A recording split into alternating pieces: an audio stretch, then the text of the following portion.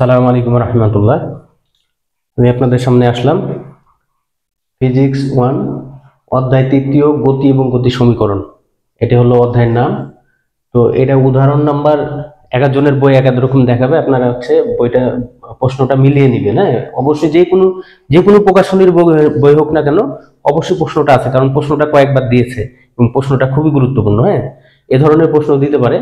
তো আমি অধ্যায়ে 5টা 6টা ম্যাথ করাবো, এর মধ্যে ইনশাল্লাহ কমন চলে আসবে। আপনারা যদি ফলো করেন 100% পারবেন লিখতে ইনশাল্লাহ। তো আমি দেখেন এটা সমাধান করার আগে প্রশ্নটা পড়ি। হ্যাঁ, কি কি দেওয়া আছে দেখি। তার আগে দেখেন এই জায়গাতে আমি একটা জিনিস লিখবো। হ্যাঁ, দেওয়া আছে, আমরা এটা ম্যাথ করার, এই ফিজিক্সের ম্যাথ করার এটাই হলো নিয়ম কি আপনাকে এক সাইডে কি দেওয়া আছে লিখতে হবে। হ্যাঁ, দেওয়া আছে না লিখলেও চলে, আপনি জাস্ট হলো ডাটাগুলো ঠিক মতো এক সাইডে দিবেন কোথায় কি দেওয়া আছে। আচ্ছা, তাহলে স্থির অবস্থা বলেছে। স্থির অবস্থা মানে কি আদিবেগ। দেখেন প্রথমেই তাহলে আদিবেগ, দেখেন আদিবেগ কি ইউ, এটা হচ্ছে হলো আদিবেগ। আমি প্রথমেই লিখলাম আদিবেগ। হ্যাঁ, এই বাংলায় লেখার দরকার নাই, আপনাদেরকে আমি শেখানোর জন্য লিখতেছি। হ্যাঁ, আদিবেগটা আদিবেগ, এই বেগটা হলো ইউ।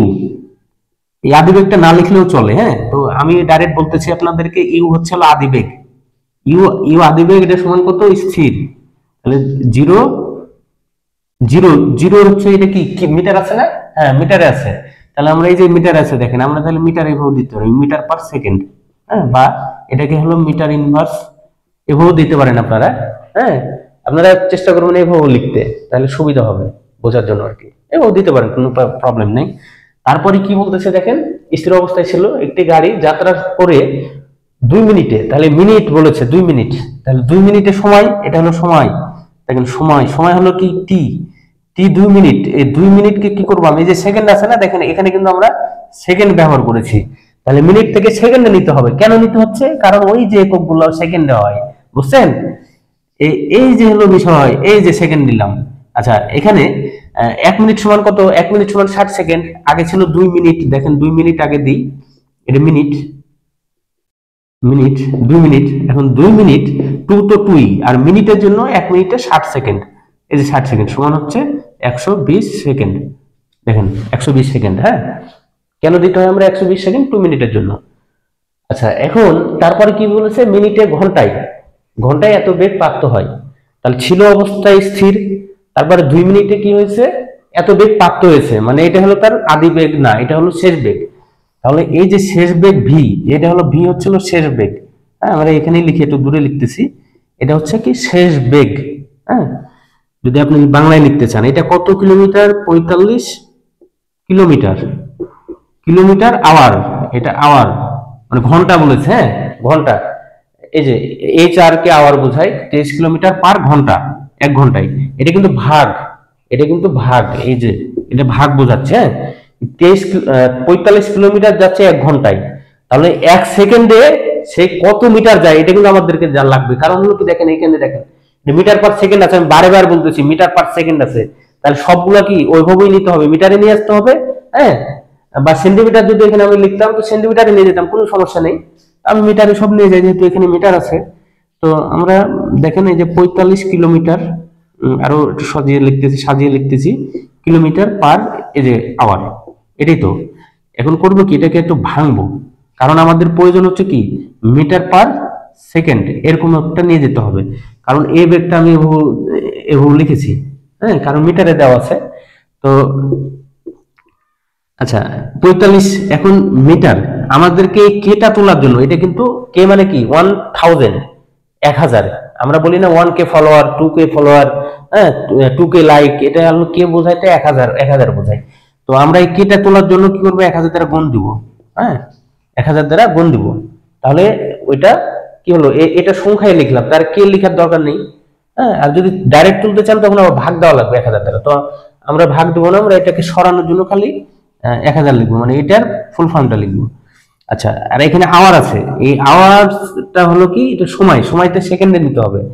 তো দেখেন 60 মিনিটে কি হয়, 60 মিনিটে এখানে আমি লিখি, দেখেন এই 60 মিনিটে হয় 1 ঘন্টা। হ্যাঁ, আওয়ার হয় 1 আওয়ার। হ্যাঁ, এটা হলো 1 আওয়ার দিলাম। এখন এটাকে যদি আমি সেকেন্ডে নিয়ে যাই তাহলে কি করবো, 60। তারপরে কি হয় আবার 60 মিনিটে, এটা 60 মিনিটে হয় হচ্ছে কি, হ্যাঁ আপনার 60 মিনিটে হয়, সরি দেখেন 60 মিনিটে হয়, এই যে 60 মিনিট, এটা হ্যাঁ এই 60 মিনিটে হয় 1 ঘন্টা। তাহলে এই 60 কে 60ই রাখলাম। এখন যেহেতু মিনিট, হ্যাঁ এই যে মিনিট, এটা মিনিট ছিল, মিনিট, এই 60 মিনিট হয় 1 ঘন্টা, তাই না? তো এই 60 কে লিখলাম, এখন মিনিট কি আমার হয়, এই 60 সেকেন্ডে 1 মিনিট। তাহলে দেখেন এটা 60 গুণ 60 যদি আপনি দেন, 3600 চলে আসবে, এই 3600 সেকেন্ড। হ্যাঁ, তো আমি এই যে আওয়ার আছে না, দেখেন এটা কিন্তু 1 ঘন্টা, এটা 1 ঘন্টা, 1 আওয়ার, 1 আওয়ার সমান এইটা আমি পেলাম। তাহলে আমরা কি করব, এই জায়গাটা 3600 দিয়ে দেবো, হ্যাঁ 3600 দিয়ে দেবো ডাইরেক্ট।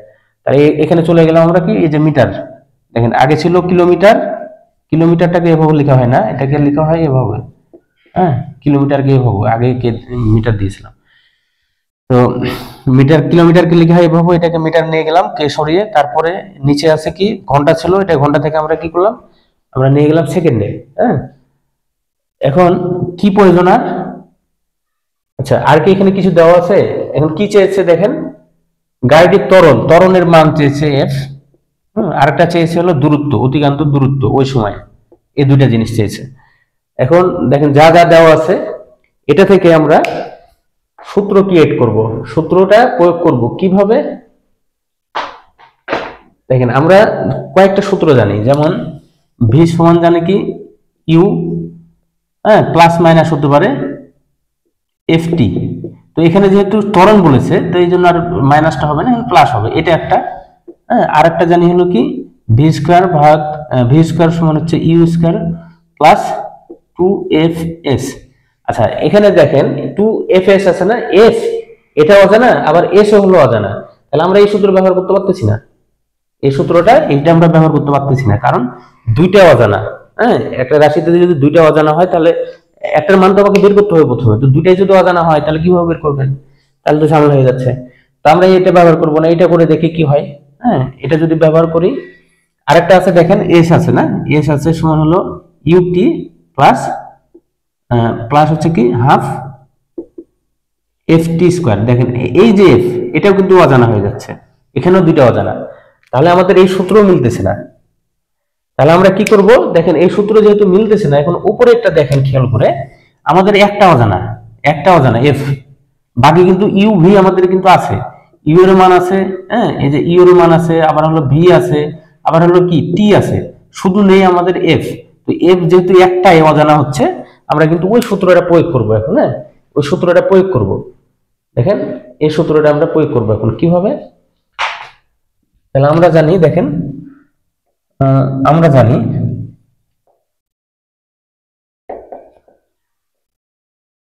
আমরা জানি কি, এই যে ভি সমান ইউ প্লাস হাফ, হাফ না এখানে শুধু এফ হবে, এফ টি হবে আর কি, এফ টি, আরো সুন্দর করে লিখি এফ টি, আমার লিখে আসলে খুব ভালো না, এই জন্য এরকম হচ্ছে।